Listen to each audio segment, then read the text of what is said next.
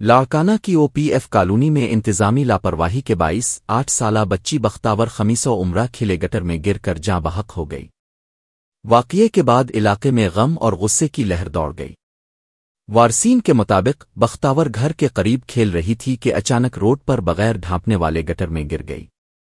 اطلاع ملتے ہی ریسکیو 1122 کی ٹیم موقع پر پہنچی اور کچھ دیر کی جدوجہد کے بعد بچی کا لاش نکال کر اسپتال منتقل کیا گیا، جہاں ڈاکٹروں نے اس کی موت کی تصدیق کی۔ واقعے کی جگہ پر بختاور کی والدہ کی دل دہلا دینے والی چیخیں ماحول کو سوگوار کر گئی اور بچی کے انتقال کی خبر پر پورے علاقے میں غم چھا گیا۔